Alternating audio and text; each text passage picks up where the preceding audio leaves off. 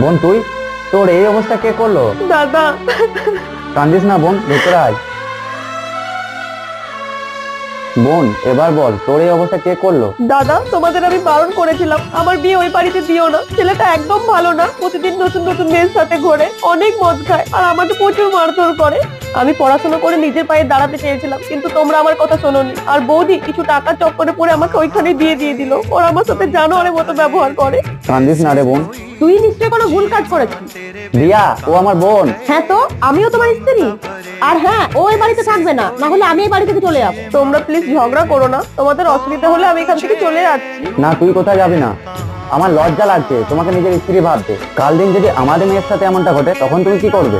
বোন তুই এখানেই থাকবি, আবার নতুন করে পড়াশোনা শুরু করবি। তোমার মতো দাদা যদি সবার থাকে না, তাহলে পৃথিবীতে কোনো বোনই আত্মহত্যা করার পথ বেছে নেবে না।